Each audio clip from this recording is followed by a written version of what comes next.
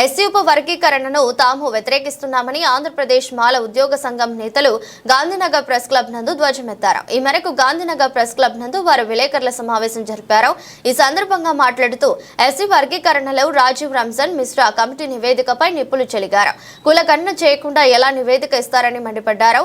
SC reservation 15%లో మాదిగలకు 6%, మాలలకు 7%, రెల్లిలకు 1% ఇవ్వటం ఏంటని వారు ప్రశ్నించారు.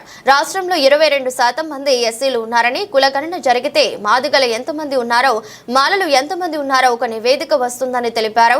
గత ప్రభుత్వంలో వాలంటీర్లు ఇచ్చిన నివేదికను ఎలా పరిగణిస్తారని వారు ప్రశ్నించారు. కులగణన జరగకుండా ఎస్సీ రిజర్వేషన్ ఇస్తే రాష్ట్ర నలుమూలల నుంచి పెద్ద ఎత్తున ధర్నాలు చేస్తామని వారు హెచ్చరించారు.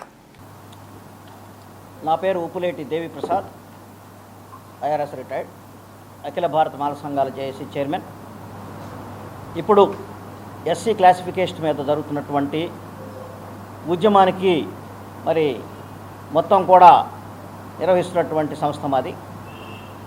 రాష్ట్ర వ్యాప్తంగా అనేక సభలు, సమావేశాలు, మరి పత్రికా సమావేశాలు పెట్టుకుంటూ జరుగుతున్నటువంటి అన్యాయాన్ని ప్రజల దగ్గర తీసుకెళ్తూ మరి ఈ యొక్క జేఏసీలో ఉన్నటువంటి అన్ని ఐఎల్పి కానివ్వండి, మరి అలాగే బిఎస్ఐ కానివ్వండి, మరి ఉద్యోగ సంఘాలు కానివ్వండి, మరి మాల మహానాడులు కానివ్వండి, మరి అంబేద్కర్ యూనియన్స్ కానివ్వండి, ఇవన్నీ కూడా కలిసి ఒక జేఏసీగా ఏర్పడినటువంటి సంస్థ మాది.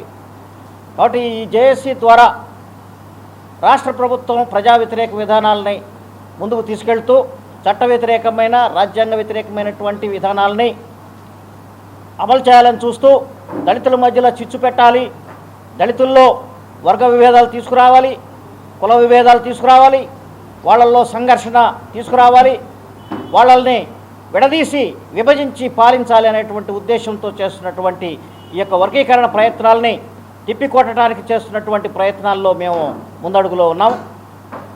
అయితే ఈ ఆర్ఆర్ మిశ్రా కమిషన్ అనేటువంటిది ఒకటి వేశారు.